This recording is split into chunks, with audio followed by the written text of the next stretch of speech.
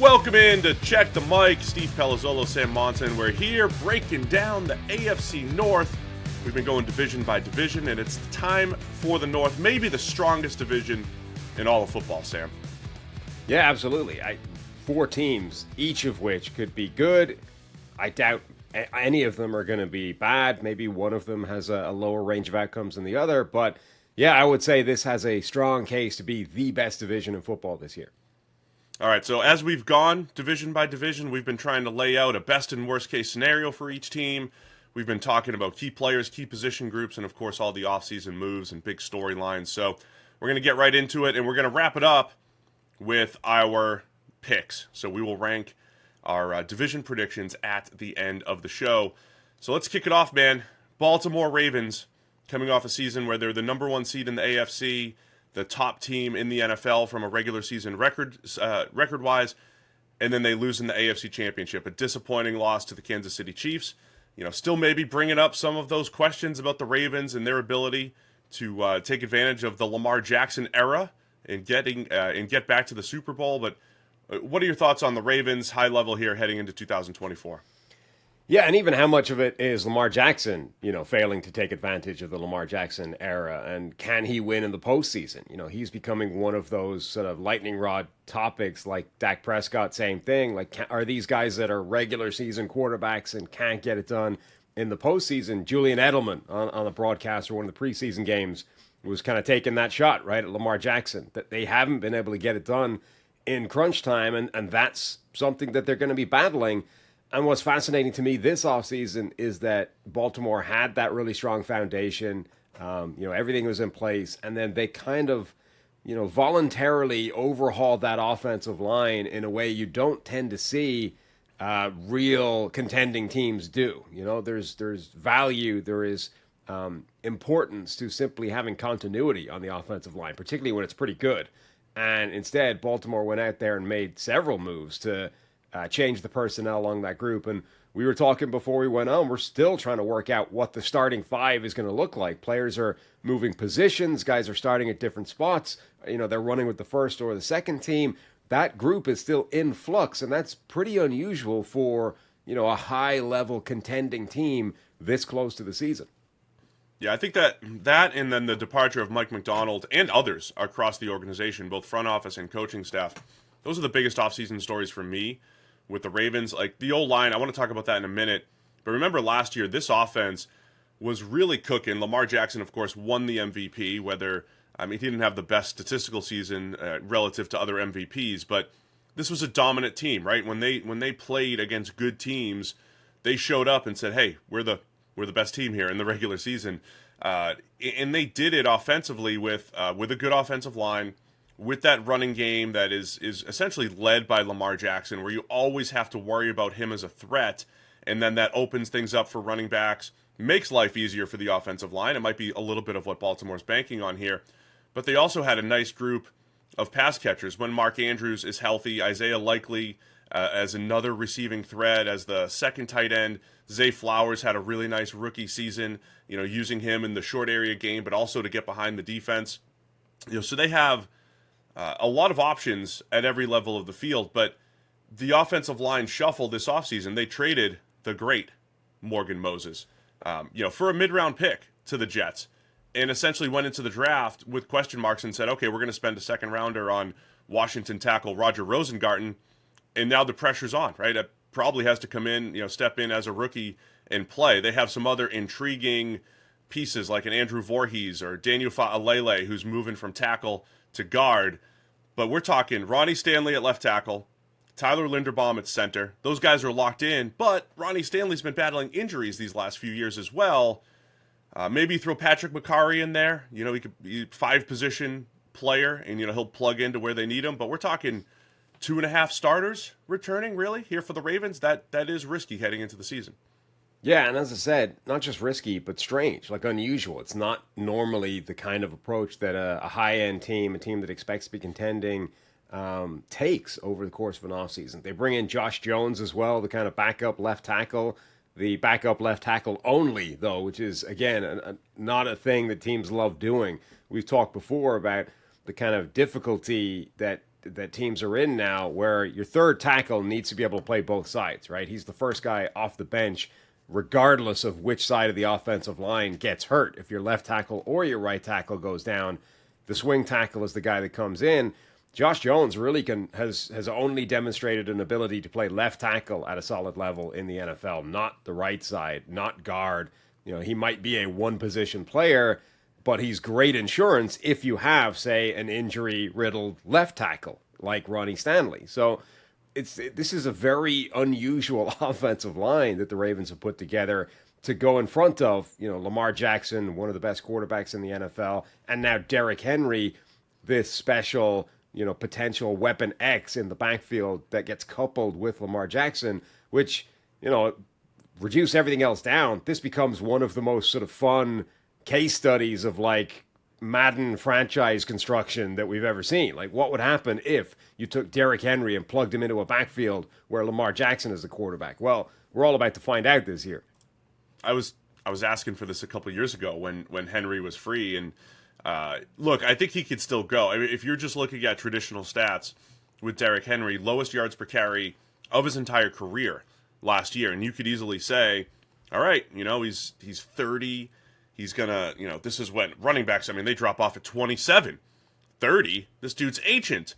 But Derrick Henry was still running well last year. He was running behind one of the worst run-blocking offensive lines in the league last year. He still creates after contact. He still makes people miss.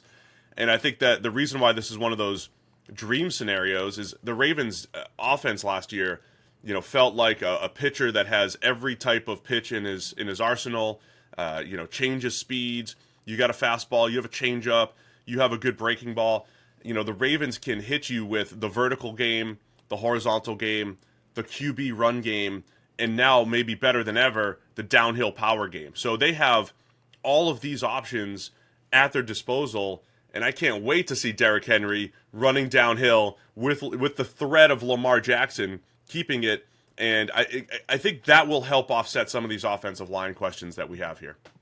Yeah, I really think it's worth reinforcing the point that Derrick Henry doesn't appear to have slowed down yet. The stats say that he has, but the Titans have had the worst run-blocking offensive line in the NFL for multiple straight years now.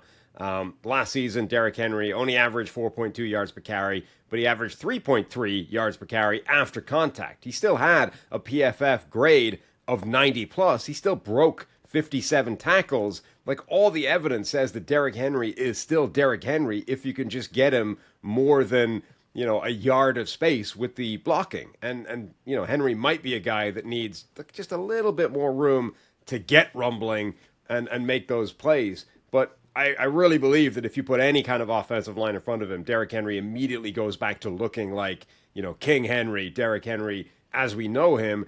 And yeah, he's definitely reached the age where you would normally be concerned about a running back.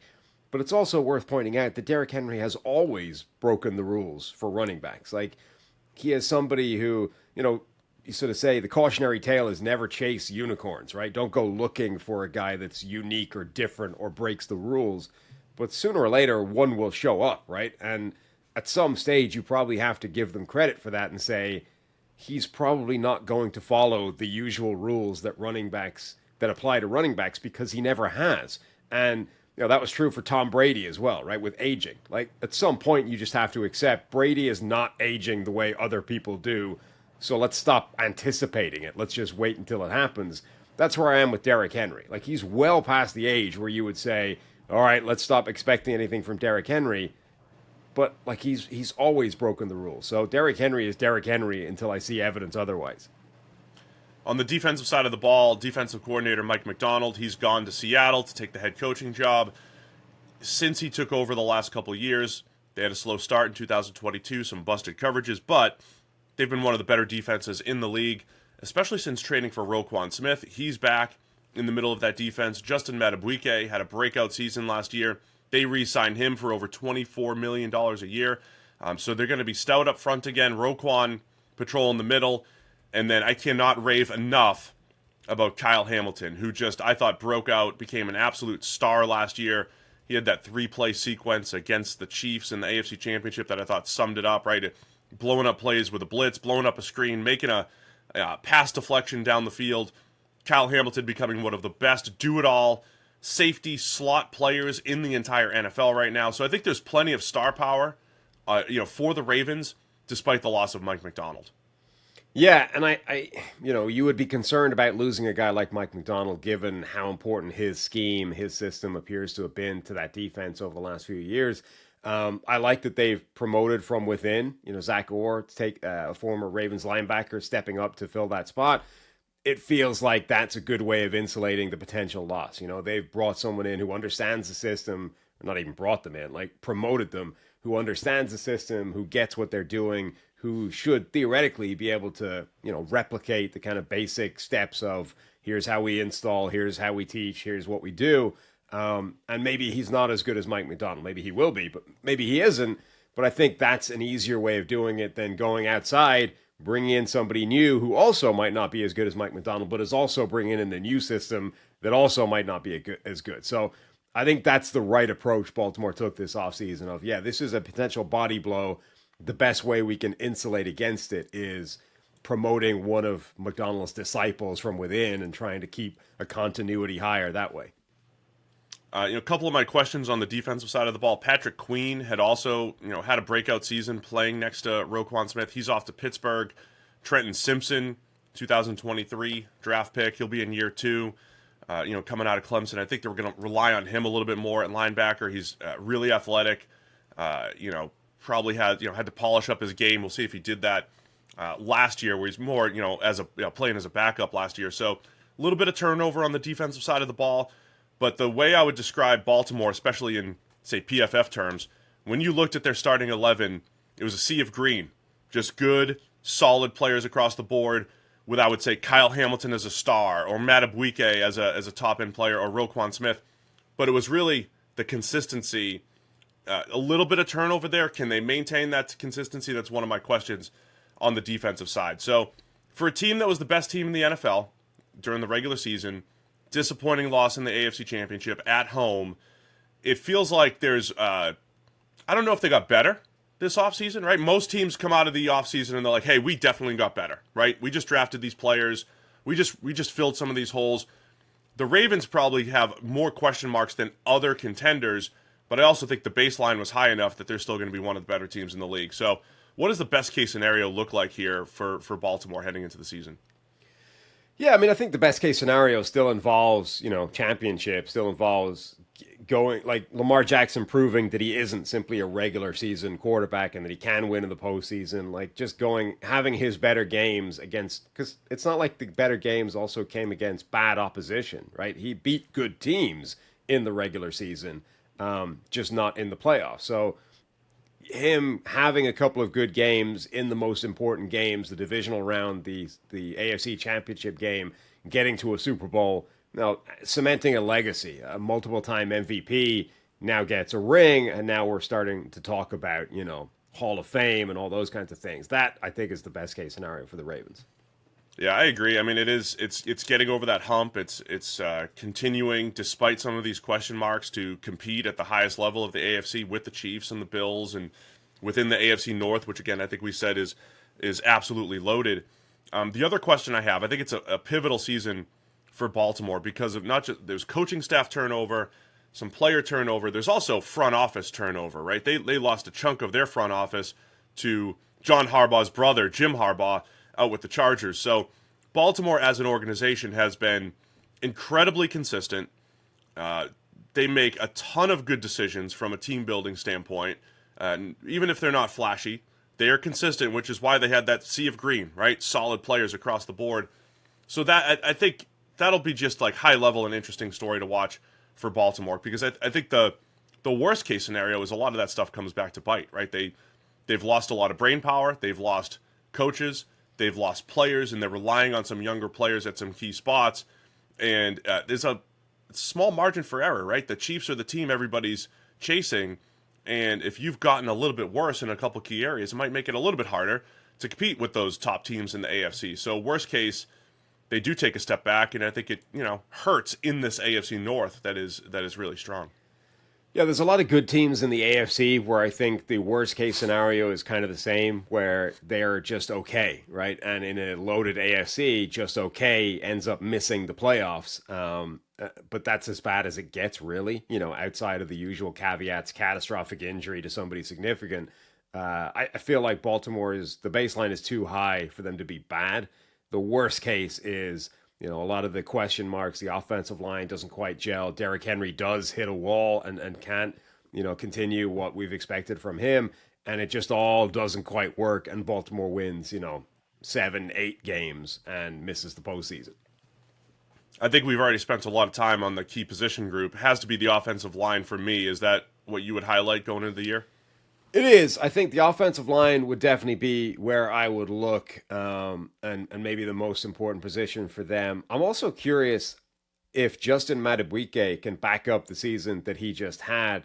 It was a year where, look, he had a lot of pressure, 64 pressures. He had a lot of sacks, and that's the thing that really got him the notice. But his pass rushing grade at PFF, 77.7, was good, not great. And if you were kind of looking at that profile, you would say, that's a guy that's about to take a step back next year because he might not play any different. You know, if he repeats a 77 grade, it's not going to result in the number of sacks that he had last year. So he had like a career year. His reputation went through the roof. People were talking about him as an all-pro. It wasn't, I don't think it was that good. So can he do that again? Are we going to see, like, has he arrived, or was that the kind of high water mark and now statistically it's going to regress? And that, you know, it's not like it leaves them weak in the middle, but it does, like, he had a real impact last year because of all those sacks. Can he have the same kind of impact if he doesn't get those? People hate when we bring that up. Pass rush grade, sack totals, you know, one probably tells a little bit better story. Position group-wise, I just want to highlight corner as well. Marlon Humphrey has been outstanding. He's making almost $20 million a year. Battled injuries a ton over the last couple of years. Brandon Stevens kind of stepped up last year. Keeping an eye on his development. And then Nate Wiggins, their first-round pick, undersized corner or slight corner with incredible athleticism. You know, already dealt with some injury issues in the preseason, but also showed his potential. So I'm just keeping an eye on that corner rotation, and if, you know, Baltimore starts really looking to the future there, especially with a guy like Wiggins. Anything else on the Ravens? I can't wait to see Lamar and Derrick Henry, though. For all the questions we're asking, just putting those two in the backfield, I think, is going to be must-see TV. No, it's exciting. I mean, like I said, that's a genuine, like, Madden move, right? You just, what if we took this crazy player and paired him with this crazy player and put him on the same team? Like, we're going to see that play out real time, and I'm excited for that as a neutral. Hey guys, got to tell you about our friends over at Factor. We are fired up to join them this fall. They have all sorts of great options. Calorie Smart, Protein Plus, Keto. Factor's fresh, never frozen meals are dietitian approved and ready to eat in just 2 minutes. So no matter how busy you are, you'll always have time to enjoy something nutritious and a great lasting meal. Make today the day you kickstart your new healthy routine. What are you waiting for? They have 35 different meals, more than 60 add-ons to choose from every week. You'll also have new flavors to explore, so you can crush your wellness goals this month with dietitian-approved meals and ingredients that you trust. Make that day delicious from breakfast to dessert. Stay fueled with easy, nutritious options. Treat yourself to restaurant-quality meals that feature premium ingredients like filet mignon, shrimp, and blackened salmon. I am ready for my Protein Plus, I'll tell you that. Enjoy effortless support for your lifestyle. Choose from 6 menu preferences to help manage your calories, maximize protein intake, avoid meat, or simply eat well balanced. So here's what you got to do. You got to head to factormeals.com/SamandSteve50. That's code SamandSteve50 to get 50% off your first box plus 20% off your next month. What a great deal. That's code SamandSteve50 at factormeals.com/SamandSteve50 to get 50% off your first box plus 20% off your next month while your subscription is active. All right, let's go to the Cincinnati Bengals. Still our hometown, Sam. Still our hometown Cincinnati Bengals. They finished last year. But yeah, Joe Burrow was injured. He's back and healthy at practice. It was a weird year last year because he was hurt during training camp, had a calf injury, didn't take any snaps in training camp, essentially. And then the offense looked completely different once the season started. It was all dink and dunk, didn't look anything like the previous couple of years where they had a really explosive offense. They finally clicked, right? Remember, there was times on our old show, Sam, middle of the season, you were like, all right, it's here. The Bengals are the best team in the NFL. They beat the Niners. They're rolling through everybody right now. They look like they used to. And then Burrow got hurt again. And Jake Browning had a really nice run, throwing the ball efficiently underneath. Either way, they're healthy this year and tried to fix some of the offensive line issues. Is this the year Cincinnati gets back to the AFC Championship and then beyond? You saying things like hometown Bengals is why Steelers fans think we hate them, You're part of the problem. I'm just here. declaring where we live. That's They it. don't know that actually the hometown Bengals have been amongst the least cooperative media operations out there in terms of helping us out, getting us access, all those kinds of things, They haven't been the easiest team to work with. Yeah, Still waiting haven't on my been the email easiest right now. team to work with. Look, it all rests on Joe Burrow, who is now, he's unquestionably one of the top quarterbacks in the NFL. I think most people's rankings have him in that. If we put Mahomes in a tier by himself, Burrow is in the next tier, right? It's him, Josh Allen. These are the guys that are chasing Mahomes. But Burrow has now, developed a little bit of an injury history. And it wasn't one injury last year. It was one injury that popped up in training camp, and that lingered for a long time. And then it was a second injury that ended up shutting him down just as he seemed to have gotten over the first one and had turned the corner and looked healthy for the first time and, was going on that run where Cincinnati looked like they might actually shock everybody late in the year. So a real thing for the Bengals is he going to be a brittle quarterback, a guy that does have, consistent and persistent injury history? Is he becoming Tony Romo, right? Where he's just going to get nicked up constantly and that's going to restrict him going forward? Or did he just have a couple of fluke injuries and now that he's healthy, we're going to be dealing with a completely different guy? But, the Bengals with Joe Burrow is a contending team that can win everything. The Bengals without Joe Burrow are a different proposition entirely. I think because of the injuries, we're starting to get to the point where Joe Burrow's underrated. Where he's actually underrated, and we forget what he looks like when he's healthy. I understand, right? You're missing time. You can't make the club in the tub, as we used to say, Sam, right? When you're recovering from injuries. But when Burrow's healthy, he's absolutely in that top 3 quarterback conversation. He's right up there with Mahomes and Allen and whoever else you want to put in the top 3 or 4 quarterbacks in the NFL. And the last 2 years where he's been healthy, Cincinnati went to the Super Bowl and then lost in the AFC Championship in a close game to Kansas City. And Burrow was the driver. When they finally turned the reins over to him in 2021, they went halfway through the season, went from a run-first team to a Joe Burrow-led pass-first team. And he was chucking it down the field and dropping back 50 times, and he was the dude. And as long as T. Higgins is still there, Jamar Chase is there, Jermaine Burton is ready to break out, in a couple other options there, bring in Mike Gesicki at tight end, they should be right there near the top of the AFC. If the injuries pop up again this year and they're nagging and everything, I think we've got serious questions, right? It is three injuries over the course of his career now, since being drafted in 2020 for Joe Burrow. So yeah, that is getting significant. Lamar Jackson gets called injury prone for I don't even know if he gets called injury prone, but he missed he didn't finish the 21 and 22 seasons due to injury, and people were questioning that. So it's fair to question this for Joe Burrow. But I think he's almost underrated at this point. I liked the offseason moves of bringing in Trent Brown to shore up right tackle, to draft Demarius Mims to be the future right tackle.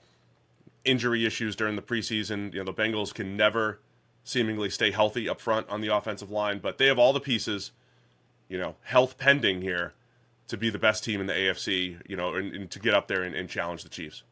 That narrow loss you talked about as well to the Chiefs, which, remember, that was basically, it was a Joseph Asai with a silly sideline penalty. It was a late hit for the game-winning field goal, right? Yeah, for the Chiefs. And, okay, Mahomes still would have had the ball. There was still time on the clock. It wasn't done if that doesn't happen, but that was a big part of that game. If that doesn't happen, the Bengals would be being talked about as Kansas City's kryptonite, right? They had beaten them already 3 times, and that was the 4th game. Everybody else is working at a psychological disadvantage against Kansas City. Buffalo is man, if we could just beat the Chiefs. Baltimore hasn't been able to get over that hump repeatedly. Miami now can't win in Kansas City in the cold. Like all these other AFC contenders are going up against Kansas City thinking this is our Everest, this is our Super Bowl right here. The Bengals have a winning record against Kansas City during that kind of period, right? Joe Burrow is out here going, we can beat them. This isn't a big deal. Like they're the only team out there that doesn't have that thing of we're like beaten before the game starts. This is a real deal. The way the Patriots used to be when they were at their best. Like most of the teams running up against New England knew this was it. We're already behind the 8 ball. The Bengals don't. They know that they can beat Kansas City, and they've done it multiple times. And they're like that one play away from actually the psychology being completely reversed. And, the Chiefs being in their own heads, being like, can we even beat this team? They get us every time. So I do think that that's an advantage for this team. They're good. They've shown they can go on runs. They can knock off the best teams in the NFL. When Joe Burrow's healthy, like they can beat anybody. And they have a good winning record against this current dynasty who's working on a three-peat. Yeah, and that includes beating the Bills a couple times. They've beaten Lamar Jackson's Ravens when Lamar was healthy. Of course, they played the Ravens a bunch without Lamar over the last few years. So, yeah, I think Cincinnati can compete with anybody. Defensively, last year they took a chance in the secondary.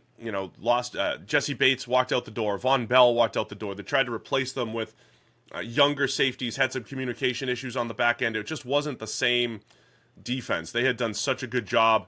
Lou Anarumo running that defense of, you talked about the kryptonite with the Chiefs. Lou was getting this incredible reputation for, in the second half, the Bengals, you don't know what the Bengals are going to do. And going way back to that AFC Championship where they beat the Chiefs, we're gonna rush 3 and drop 8 and really mess with Mahomes and all these little second half adjustments that they were able to do. They probably didn't have at their disposal last year. They're trying to rectify that by bringing Von Bell back later in his career, just for, I think, the communication aspect of it, just for the veteran presence. Geno Stone, who had a ton of interceptions last year for the Ravens, I think just having him as a veteran presence is the key, shoring up that defense. The other wild card this preseason, Dax Hill, former first-rounder, year 3, he was one of those safeties that was unable to really replace Jesse Bates as intended. He's moved to corner, very athletic, flying around the field, making a ton of plays. He's got a chance to make an impact here in his new position. Yeah, we've talked about this a lot in the past. The Bengals have been very proactive in future-proofing their roster, right? And identifying players that they don't need right now, but they're going to need in 12 months' time. And they bring them in a year early. You get them acclimatized, you get them working in practice, you get that first year under their belts, and then that's when you need them. Unfortunately, some of those players haven't actually been there when they needed them. Like they haven't worked out, and Dax Hill has been one of those guys. Was a bit of a tweener guy, a sort of positionless player when they drafted him. The attempt was to make him a safety. Now they appear to be trying to resuscitate his career by turning him into a corner. And so far, it's actually looked encouraging. Like that seems to be where he's been, certainly better than he's been so far in the NFL. So that will be an interesting one to monitor. DJ Turner, another one of those players that they sort of drafted for the future, again, kind of needs to step up.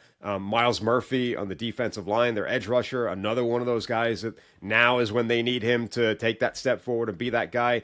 They haven't had a great track record recently of actually getting production out of those guys that they've earmarked for the future.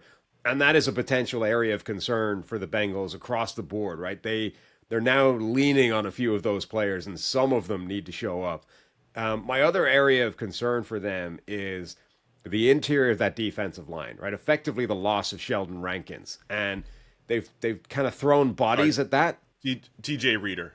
Sorry, DJ right. Reader, yeah. Including the bringing in of Sheldon Rankins as part of throwing bodies at that to try and fix it, right? Sheldon Rankins comes in, they draft Chris Jenkins Jr., they draft McKinley Jackson. They've thrown a lot of bodies at that, but there's nobody that replicates what DJ Reader did in that defense. Like they don't have a giant, big-bodied nose tackle that can hold the point, can also disrupt in the backfield, can wreck plays by himself. And, okay, it's only preseason. We know it doesn't really necessarily mean anything, but they have been moved off the ball as an interior defensive line in preseason. And run defense is not the most critical thing in the world in today's NFL, but there's a line beyond which, if you're not good enough, like where it becomes a problem. Think the Chargers a couple of years ago, where they were just getting road graded for 6 yards per carry. If the Bengals can't get better than that on the interior, that could be an issue for them. It's definitely something to keep an eye on. You can't get absolutely gashed against the run. It also limits the coverages you could play. Can't play as much too high. Can't play with lighter boxes. Best case scenario for the Bengals, I think, again, I'm bullish on what they're able to do. I think their best case is getting back to the Super Bowl and winning. Right? They have all the pieces. To me, it's going to come down to health. The one thing I've repeated a ton during the Zach Taylor era too is they've bounced back from disappointment really well. They've had some duds in the Joe Burrow, Zach Taylor era where they've lost to bad teams. They lost to the Browns a ton. They have not played well against the Browns with Burrow at quarterback. They always bounce back. They always seem to bounce back. I think they have that resiliency. They've shown the ability to adjust on both sides of the ball, even within a season. So I think the best case is Cincinnati back to the Super Bowl and competing for a championship. Yeah, the North feels a lot like the East in the AFC, where the story is going to be the same, I think, for a lot of these teams in terms of best, worst case. I think 3 of these teams, the best case scenario includes a Super Bowl victory, includes a Lombardi Trophy. So the Bengals, absolutely. Best case scenario, Burrow stays healthy all season. They basically continue where they were going last season when he was healthy, and they're beating the best teams in the league.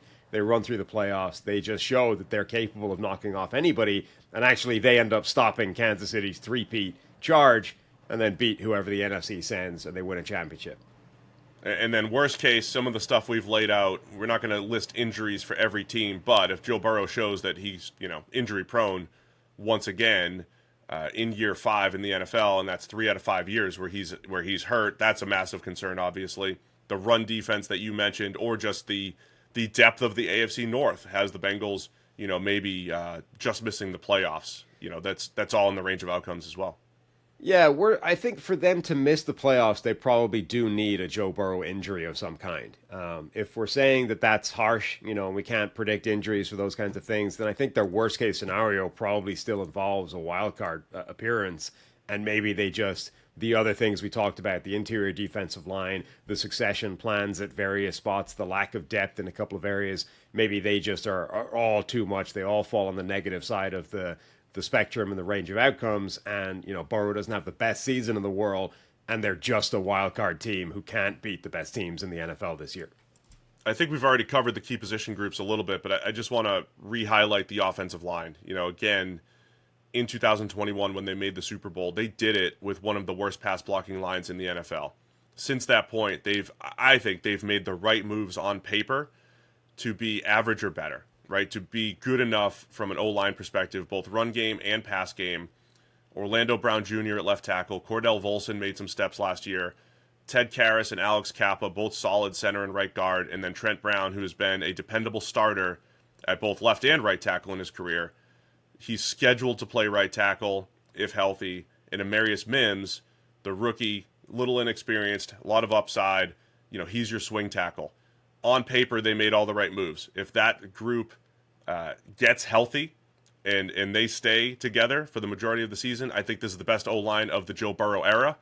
Caveat being, that's my 3rd straight year of saying that. So, and they have been unable to stay healthy and really produce. So that's the key position group for me. Pretty much every year in Cincinnati until we know that it's locked in.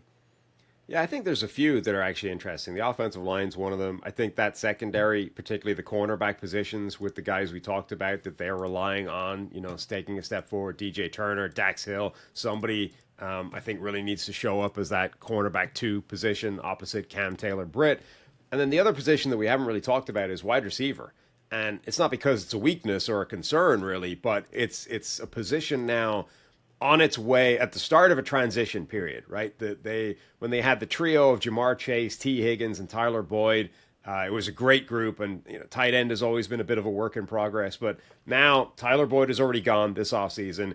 T. Higgins is on that franchise tag. They've sort of indicated for a long time they don't really have any indication of wanting to pay him long term. They're going to play him out on the franchise, let him walk. Jamar Chase is the one guy that you anticipate being there long term, which means now we have this collection of young guys that are vying for number 3 this year, number 2 in the future. Andre Yoshivas, Princeton, Jermaine Burton, your guy, the rookie, the mid-round draft pick, Charlie Jones, another mid-round draft pick, Trenton Irwin, who you don't seem to be able to get rid of any offseason, like Joe Burrow loves that guy randomly. So, who's going to step up and replace Tyler Boyd this season? And are any of those guys going to show that they can become T. Higgins in the future and elevate themselves to that number 2? Or is wide receiver going to require some kind of remedial work next offseason? You know my answer there. Jermaine Burton, 3rd rounder, one of the best, most important picks in the entire draft, even if he's just a number 3 this year, as a deep threat, stretching the field, so much potential for Burton, and he has a chance to be an impact player on this offense. Hey guys, got to tell you about our friends over at Gametime, a great place to go get your tickets, whether it's for college football, NFL, could be concerts. Gametime has it. They also have a new feature called Gametime Picks that makes it easy to get tickets to see your favorite teams play live even easier. I logged in and I saw exactly what I wanted to see, which was Reds tickets. I go take my kids to the Reds game. So easy to get there. Plus the deals are great. The prices are low. You start with Gametime Picks. The curation makes it easier to save more on sports, concerts, comedy, theater, doesn't matter. The all-in pricing, the other ticket agencies. Toggling this feature helps show the entire total up front with no surprise fees at checkout. You can get a panoramic view of your actual seat in the app before you buy with their seat views. And they have a lowest price guarantee, or Gametime will credit you 110% of the difference. So take the guesswork out of buying concert or game tickets with Gametime. Download the Gametime app, create an account, use the code CHECKTHEMIC for $20 off your first purchase. Terms apply. Again, create an account and redeem code CHECKTHEMIC, CHECKTHEMIC for $20 off. Download the Gametime today. What time is it? Gametime. All right, let's go Cleveland Browns now. Coming off it was a weird season, Sam. 5 different starting quarterbacks. Joe Flacco straight off his couch, leading the Browns to the playoffs. Deshaun Watson dealing with multiple injuries, and the counter continues. The last time we saw Deshaun Watson play good football was 2020. It was the COVID year. It has been a while for Deshaun Watson. We come in with him as the biggest question mark this year, because you and I have talked about this a bunch. The Browns have a very good roster. Last year they reshaped their defensive line. They went from a defensive line that only had Myles Garrett to being one of the best pure pass rushing 4-man defensive lines in the NFL.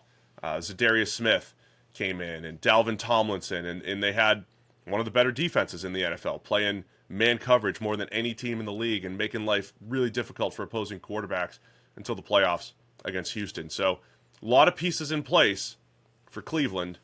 Every team, it comes down to the quarterback, but maybe no more important than Cleveland getting their big investment, Deshaun Watson, on track at some point here.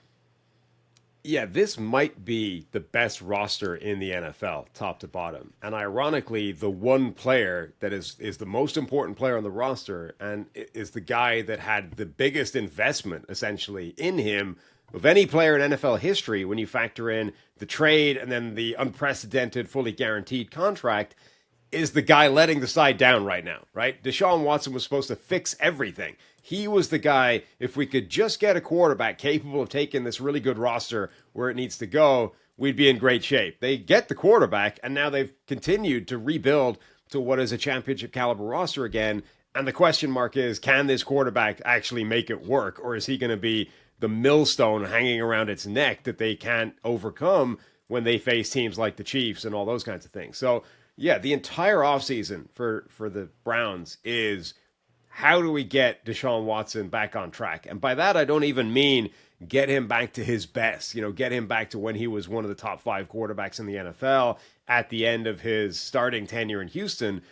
I mean, just like bridge the gap between where he's been for the Browns and that guy, right? I don't need him to get all the way there. If he can get halfway there, split the difference. This is a championship caliber roster that with competent quarterback play will be an absolute force for anybody. And if he can get anywhere near his best play, then we're absolutely cooking, and we're one of the best teams in the NFL. It's hard to remember exactly what Watson was. Remember, he came in 2017, same draft class as Patrick Mahomes, has an intriguing rookie season, shows a ton of flashes, and then moves up into 2018 PFF grade of 80, then 82, and then in 2020 it was probably one of the best quarterback seasons on a 4-win team in NFL history, probably the best, both statistically from a grading standpoint. He was a 92. He played really well. The Texans were horrible. All the off-field issues arise. He gets, he doesn't play the entire 2021 season, suspended until week 13 in 2022, and that was his first game with the Browns against the Texans. Hasn't really had a good stretch of play. He's had a couple good games here and there. Hasn't looked comfortable. Taken too many sacks, too many negative plays for Watson. Never really gotten back to that big play ability because he'd always taken a lot of negative plays, but he would always be the guy that offset it with big-time throws. He offset it with special plays or with his legs. We just haven't seen that yet. And look, I think it's harder to put up good stats in Cleveland. I'm a big dome guy, right? Domes matter. Domes have an impact on stats and performance, and it's tough to, chuck it around the yard in Cleveland in the cold and in the rain. But he just has to play better because the defense was fantastic last year. And all these other pieces that you mentioned, you think, hey, maybe one of the better rosters in the NFL. Watson just has to creep back toward average. And if they do that, the Browns can do some damage. They've had a good offensive line for years running now. Probably some questions at tackle with some of the injuries and some of the depth there. They've brought Amari Cooper and Jerry Jeudy in for pennies on the dollar, at least from a draft capital standpoint, over the last couple of years.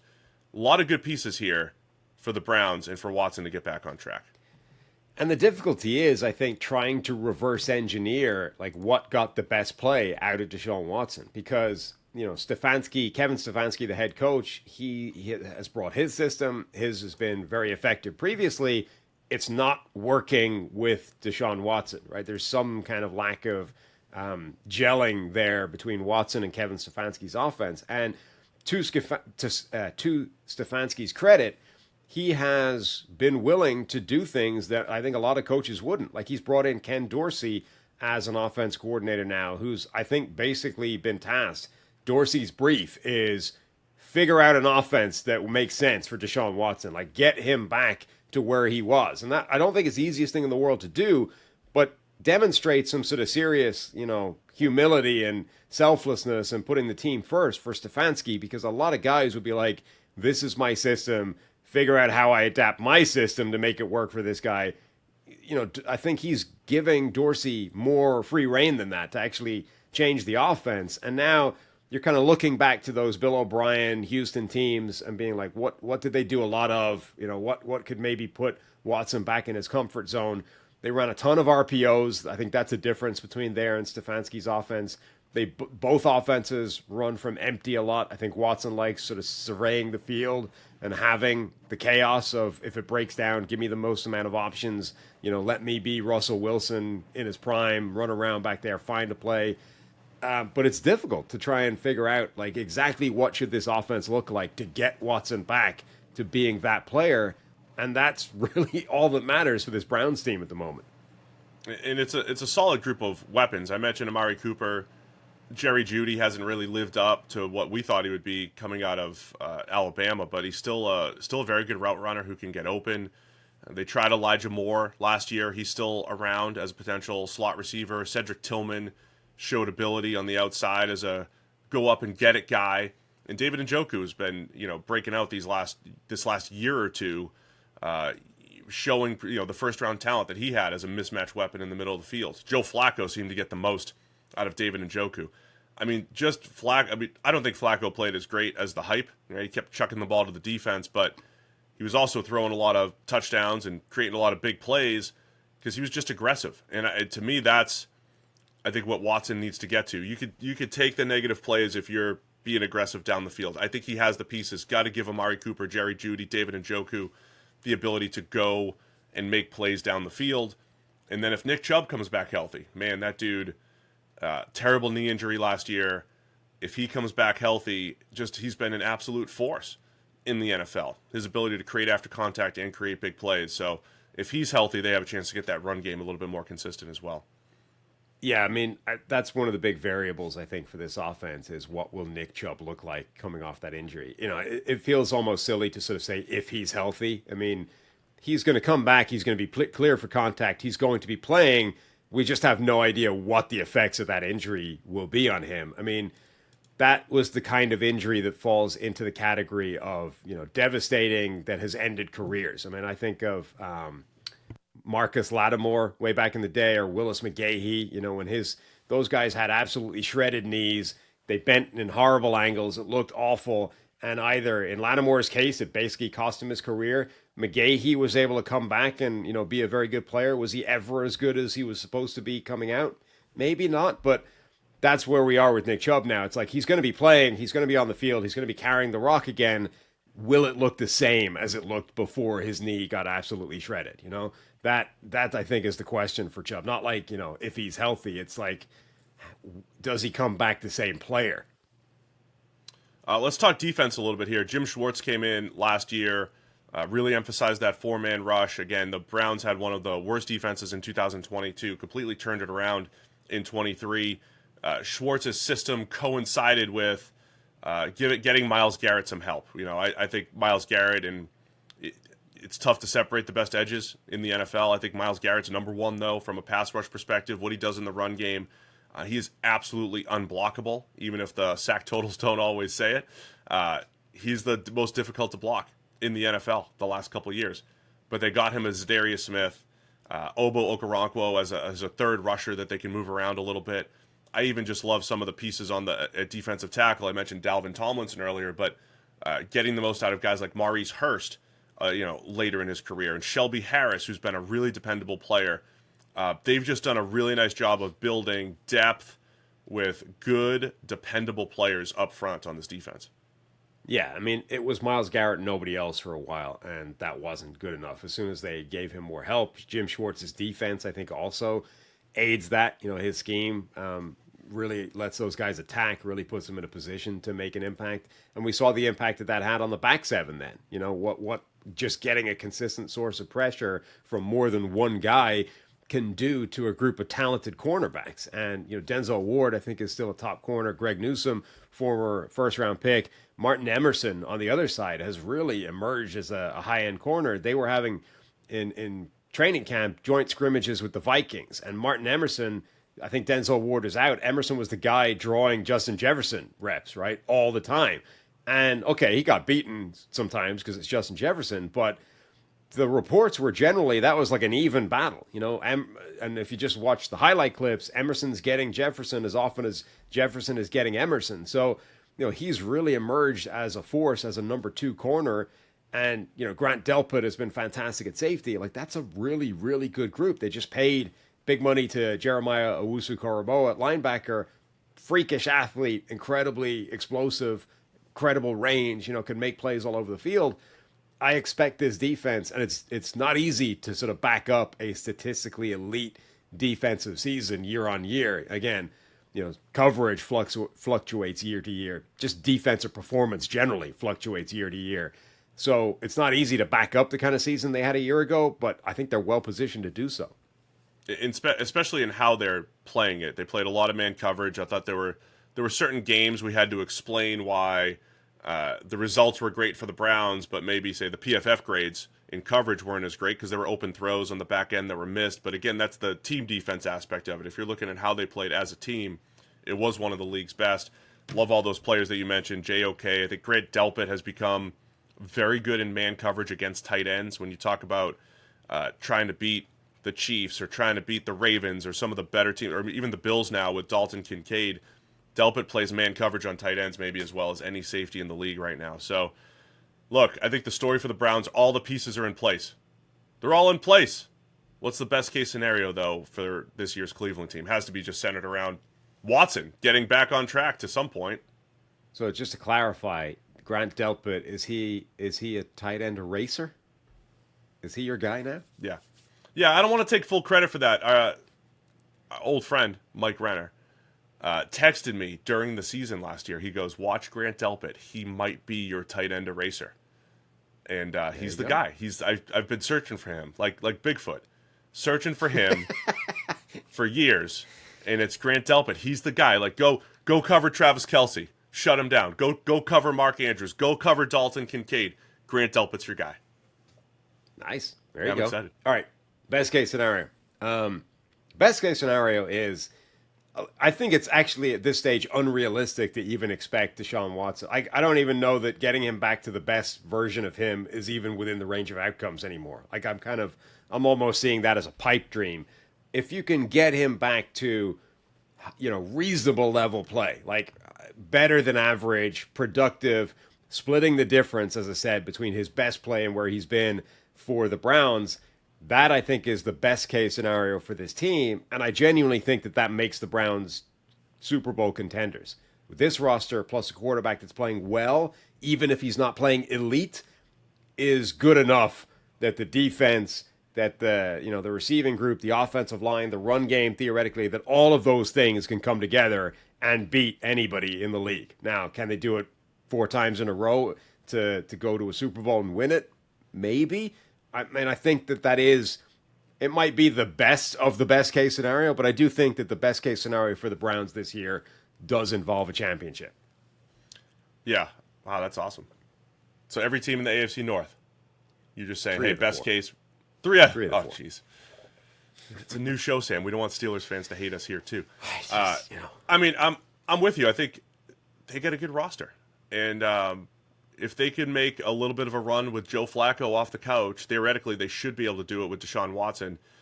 As worst case scenario, though, is I think they're looking for a new quarterback at the end of the year. I mean, at the end of the year, they're saying we just gave the most guaranteed money at the time to any quarterback ever, and that was a big waste. And not only did we do that, we haven't picked in the first round in a few years either. And right. And that's almost, when you look at what Andrew Berry has done as general manager, the fact that we could sit here and say, hey, the roster's still in good shape. You usually can't do that when you make a big investment at quarterback, not just financially, but from a draft perspective. The fact that the Browns have been able to build this depth without first-round picks the last few years has been very impressive. They've done a great job. I think it is a sharp front office, good team-building effort there. But worst-case scenario is their quarterback investment fails again, and at the end of the season, they're sitting there figuring out who the next guy is. I mean, if you completely ignore all of the off-field issues surrounding Deshaun Watson, from a process standpoint, you would say they have been extremely unlucky that this has been the outcome, because they have actually rebuilt a championship caliber roster around a quarterback.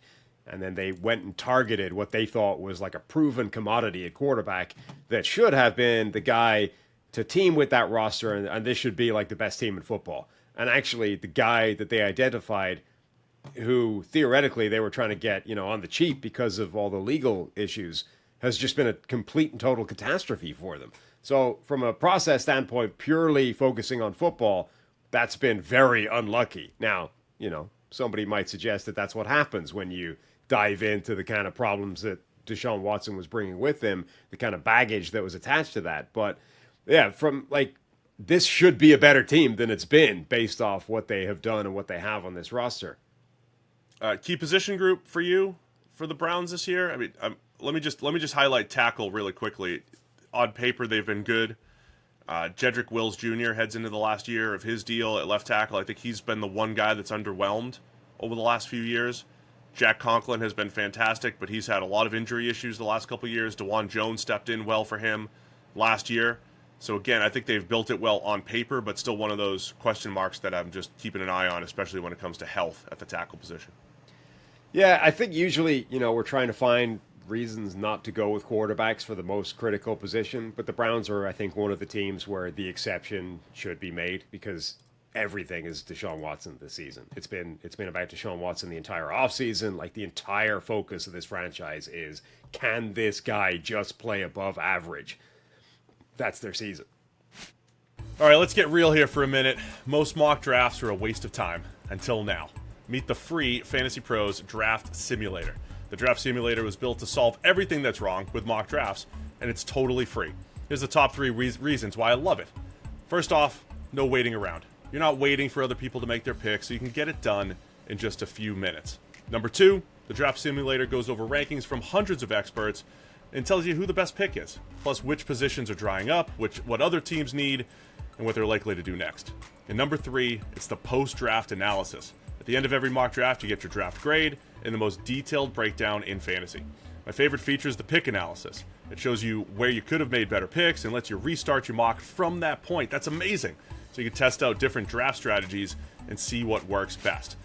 So don't waste your time with bad mock drafts. Go to the free Fantasy Pros Draft Simulator at fantasypros.com/33team-simulator. Again, that's fantasypros.com/33team-simulator.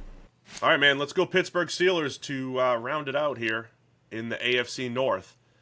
This offseason, they move on from Kenny Pickett, bring in Russell Wilson and Justin Fields for about a combined, just over $5 million at the quarterback position. Pennies on the dollar, of course, compared to other quarterback situations in the NFL. Another team I think has done, since Omar Khan has taken over as GM, I think they've made a lot of good moves on both sides of the ball. I think they've done a nice job, from a team building perspective. Haven't gotten the great quarterback play, though. Still have Mike Tomlin at the helm, and, he still gets them playing hard, Sam. He still has them, in the mix every single year. What are your thoughts on the Steelers heading into 24? Yeah, really interesting offseason. You have obviously the quarterback decisions, the moves that they made there. You also have the change in offensive coordinator. They bring in Arthur Smith, put him as offensive coordinator after his do we call it a failed stint as a head coach after the end of his head coaching tenure. And that itself is a kind of interesting move because Arthur Smith has been, I think, much maligned the last couple of years, in part because of usage of superstar players or theoretical superstar players. Like, why is Kyle Pitts not the player we thought he would be? Why is Bijan Robinson not, the same as Christian McCaffrey as a rookie? Why is Drake London not getting all the carries? Why are we throwing the ball to Scotty Miller? All these kinds of things. And now he's the guy that's being tasked with, okay, take this offense and kind of bring it back to where it should be after a couple of sort of failed offensive coordinators or failed. Like, that offense has essentially declined, sputtered out, and barely been competent since the sort of the end of the Ben Roethlisberger era, right? The last couple of years of Big Ben where he'd lost it all physically and he couldn't push the ball down the field anymore. And it just sort of stalled out from that point. And they've never been able to spark it back into life. That's what Arthur Smith is being tasked with this season or this offseason. They've given him, take your pick, right? Justin Fields, Russell Wilson. You got a couple of quarterbacks to choose from. Obviously, neither one of them is the ideal guy, but they were both cheap, and then they're not Kenny Pickett. So that's your choice. We've changed. We've got some turnover at wide receiver. We've got some turnover in the offensive line. Just a very kind of influx team, I think, right now. It's one of those process moves where they took two shots at quarterback in Russ and Justin Fields, where the process is sound and the payout could be great. But the downside, is you just don't have good quarterback play. And you don't have a chance to compete in the AFC North where it's, we'll see what happens with Watson, but you're competing with a Lamar Jackson Ravens team and a Joe Burrow Bengals team who also have really good supporting cast. It's going to be tough to keep up if they don't get some semblance of old Russ or some semblance of theoretical Justin Fields, right? What we thought he could be, which was special runner, showed that in Chicago, talented thrower, but we haven't seen that throwing ability consistently since Ohio State. Yeah, on the one hand, they brought in a couple of quarterbacks for pennies on the dollar. They barely invested in the position in a smart way. They got, like, Denver is picking up the Russell Wilson tab. And Russell Wilson played okay last season. Like, he wasn't a complete catastrophe the way he was the year before. And obviously he's a few years removed from being one of the better quarterbacks in the league. So that's a great buy low risk gamble to take. And then Justin Fields, the trade, I think, was the cheap part of that deal. He's not on much money, but they didn't give up that much to get him for a guy that was a former first-round pick and insanely athletically gifted and physically talented. So I really, really applaud, actually, their moves to say, we're not in a great spot to go get a quarterback. We don't really have, line of sight at a new first-rounder or, a big money free agent or a trade. There's nobody out there necessarily. This is as good as we can do, and I really think that they did a good job with that. The problem is, sometimes you get what you pay for, and they've not paid very much, so they don't appear to be getting very much right now. And look, it's only preseason. Russell Wilson's been injured for the majority of training camp. Maybe he's still trying to knock the rust off. And we know the preseason doesn't necessarily indicate what's going to happen in the regular season, but neither one of those guys looks like they're going to be operating a high volume, high impact, high explosive offense right now. And if that's the case, like if this is just rinse and repeat from the Matt Canada offense, from the old man Ben Roethlisberger offense, and like the offense again is just a roadblock on what this team can actually achieve, then that's what separates them, right, from the other teams in the AFC North. I do believe offensive coordinator Arthur Smith gets a little bit of a bad rap because he was the head coach in Atlanta and, had one of the worst quarterback situations in the NFL the last couple of years with Desmond Ridder. He got hired, though, because he did rejuvenate Ryan Tannehill, created a really good offense in Tennessee. Of course, that coincided with having A.J. Brown, Corey Davis, Derrick Henry, but they got the most out of Tannehill. That's kind of what Pittsburgh's banking on here with Russell Wilson. One of the offseason moves, though, trading Deontay Johnson to basically open up a hole at receiver opposite George Pickens. I don't know if they've filled that hole, right? George Pickens, there's questions about, is he the, quote, true number one? And I think he has all the tools and all the skills, to be a number one. There were times last year where he goes from unbelievable contested catch, acrobatic, highlight reel receiver to, oh, by the way, he could also create after the catch and, turn a short pass into a 75-yard gain. He was a better rounded player last year. But we're talking about wide receiver 2 opposite him being Van Jefferson with some, drafted Roman Wilson in the third. He's been banged up. I don't know if wide receiver 2 is enough in Arthur Smith's 2 wide receiver sets here. Like the tight ends, Pat Freiermuth, year 2 of Darnell Washington as a monster who can run block and maybe start creating some mismatches in the pass game. But wide receiver 2, probably the jumping right to key position group, the biggest question mark for me for the Steelers. Yeah, the offensive skill positions, I think across the board, the depth is a concern, except for tight end. But who's going to be that number 2 receiver? The backfield is a little bit of an issue. Like, Jalen Warren, Najee Harris, Jalen Warren has been banged up as well. Like they've a couple of players who I think would have had the chance to kind of show up as key parts of that offense have been hurt throughout training camp or preseason. So that isn't helping the overall outlook of the thing. But yeah, it's definitely a concern that okay, Russell Wilson, Justin Fields, what do they have to work with? Obviously, George Pickens should be the number 1 guy and the best player that they have from a skill position point of view. But after Pickens, who else is going to make plays for them? And that, that's relevant when you're evaluating Wilson and Fields, right? Maybe they're not necessarily lighting things on fire because the skill positions aren't great. Now, on an individual play basis, you can, I don't think that explains the preseason so far, for example. But it might be relevant in the bigger picture over the course of a 17-game schedule. I really like how they've reshaped the offensive line. I don't know if they feel the benefits of that just yet. Broderick Jones, last year's first rounder, theoretically supposed to move to left tackle. He's been flipping back and forth during the preseason due to injuries. Troy Fautanu, coming in, again, supposed to play right tackle as a first rounder. Second round center, Zach Frazier is going to be forced into the lineup with Nate Herbig, the expected starter, now injured for the season. I really liked fourth rounder Mason McCormick as a developmental player. I mean, I really like the way they're putting that line together. I think they can be very good, especially in the run game.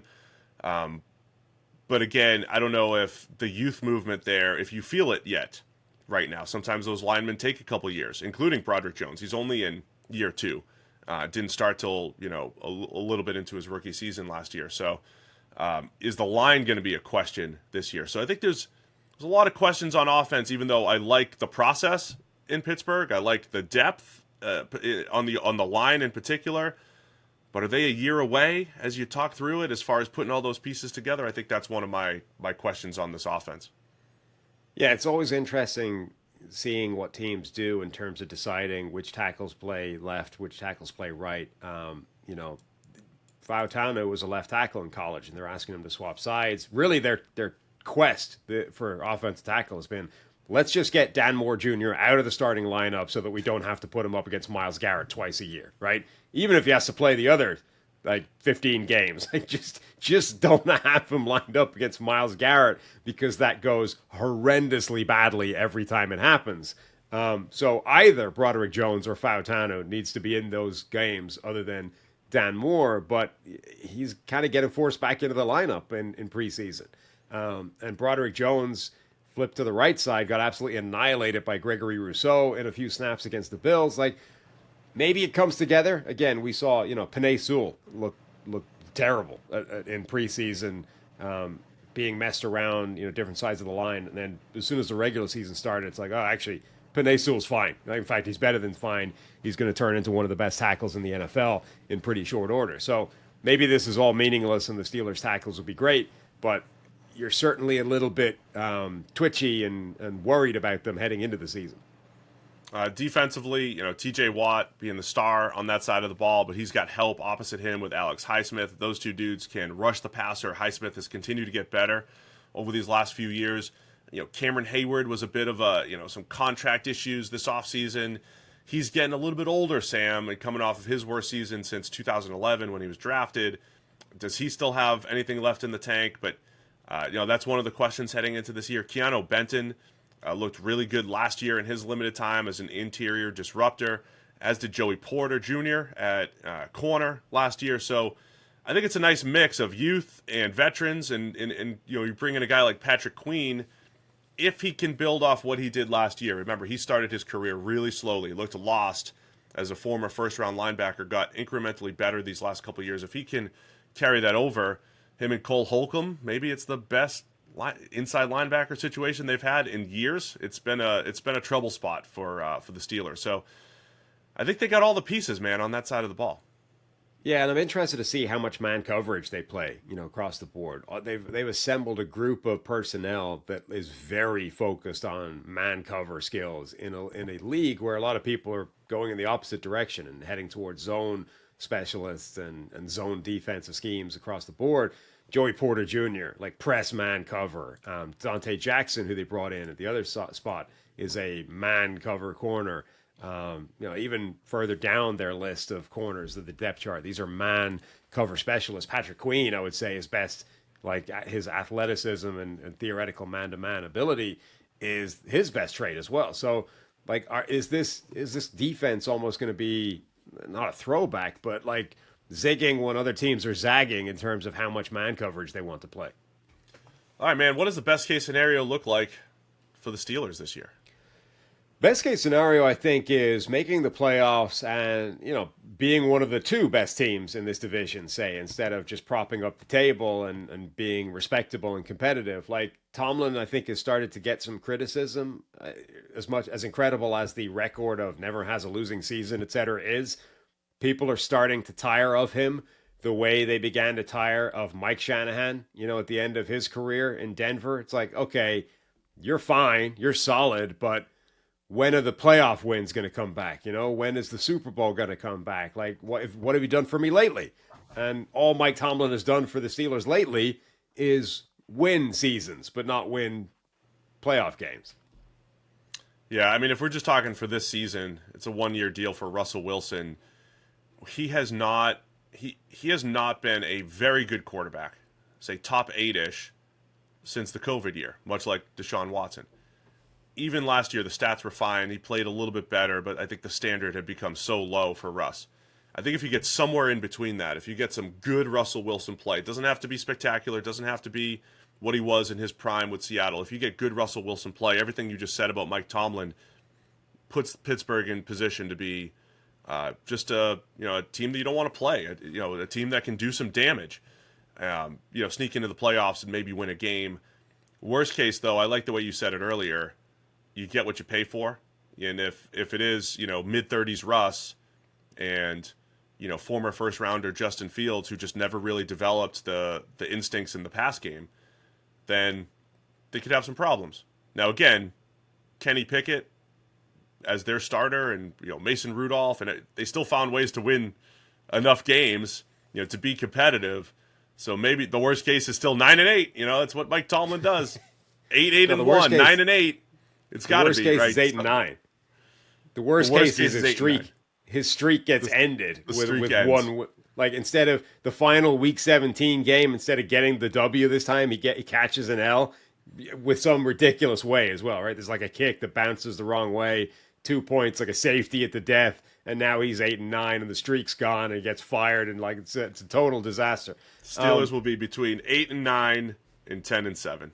Well, so quarterback is an interesting way of framing this, actually. Like, what is the best case scenario for that quarterback situation? Like, if they reach January, if they lose in the postseason, whatever their result is, they reach January and they start turning the calendar over to the next season, what is actually the best result from this quarterback dynamic this year? What do they want to happen? The best result for 2025 is And Justin beyond, yeah. Fields is special. I mean, if we're talking 2025, it's not involving Russell Wilson. Because I don't think, like, even if he's very good this year, I don't think you're like, all right, lock Russ up for 3 years through his age 40 season. It's going to be Fields. They find some semblance of consistency in the pass game with him. And the other piece I'll say with Fields, he could be a 1,000-yard rusher again. And if if he gets out on the field and you lean into that and he has a bunch of those 100-yard rushing games where he's just, spectacular with his legs, and then you have a little bit of that Ryan Tannehill-ish rejuvenation where Arthur Smith is creating open throws with play action and working off of Fields' running ability, and then you say, okay, we can work with this, and that's the best case scenario. And then the other scenario is, there's, a mid-round draft pick again, and that's where they drafted Kenny Pickett, and you take another shot at the position. Yeah. So the best case scenario is Russell Wilson thing doesn't last very long. Fields comes in, plays well enough that you at least feel good about using the franchise tag on him, even if you're not. Because the other alternative is, like, I don't know if you can feel so good about Justin Fields based off 14 games or whatever that you're willing to hand him $55 million a year at the end of the year. So he plays so well that you're at least comfortable franchise tagging him, and then he backs that up the following year, and then you give him the big contract. You have a key position. I already mentioned key position being wide receiver 2 for me. Van Jefferson is the guy that, there's a lot of pressure on Van Jefferson. This might be the worst wide receiver 2, one of them in the NFL, expecting him to be a high volume receiver opposite George Pickens. Do you have any other positions to highlight? Yeah, I mean, we already touched on the offensive tackle position. I think that's definitely a key. They need to figure out what that looks like, who's left, who's right, and also, are they going to play at the level they need them to? This is now 2 former first-round picks we're talking about that are in there to try and solidify and fix the position. Can they do that? All right, man. AFC North, let's make our picks. You go first. Give me your top 4 in the AFC North. I believe in the Joe Burrow-led Cincinnati Bengals, who may or may not be hometown, but that geographical coincidence is irrelevant to this pick. Unrelated. Yeah. I am going second, the Cleveland Browns. I think they are still genuine contenders. I think the Baltimore Ravens change and turnover this offseason will result in them being the 3rd best team, and then the Pittsburgh Steelers simply don't have the quarterback that the other teams have, or, in the case of the Browns, the roster. You've been aggressive on a couple teams here. That's in, Ravens at 3. I'm sure no one's going to criticize you for that one, Sam. Give me, I'll take the Bengals number 1. As well. Again, I think when they're healthy, they have a chance to make that run. Cincinnati first, Ravens number 2, Browns number 3, Steelers number 4. So we're not working hard to get. Brand. Yeah, we're not working hard to new show get Steelers fans back on board with us. Yeah, now that they can't blame PFF for everything. Like maybe they'll come over and join us and hear our analysis, but not if we keep picking them 4th, Sam. Well, no, not if we keep putting the Bengals first and the Steelers last. That's not helping. What if we extend the olive branch and say tied for 3rd with the Browns? I have the Browns second, so I can't even do that. You can do that. So I'll do that. So I'll say the Browns and Steelers tie for 3rd with 9-8 seasons, and that'll be 2nd straight year where every team has a winning record. Maybe that's olive branch to Steelers fans. Nice. Yeah. Just keep extending the olive branch. All right, man, that's it for the AFC North. We're going division by division. We appreciate everybody for being here, for tuning in. If you haven't hit the subscribe button yet, please do it, whether it's on YouTube or wherever you listen to your podcasts. We'll be back again soon with more Check the Mic.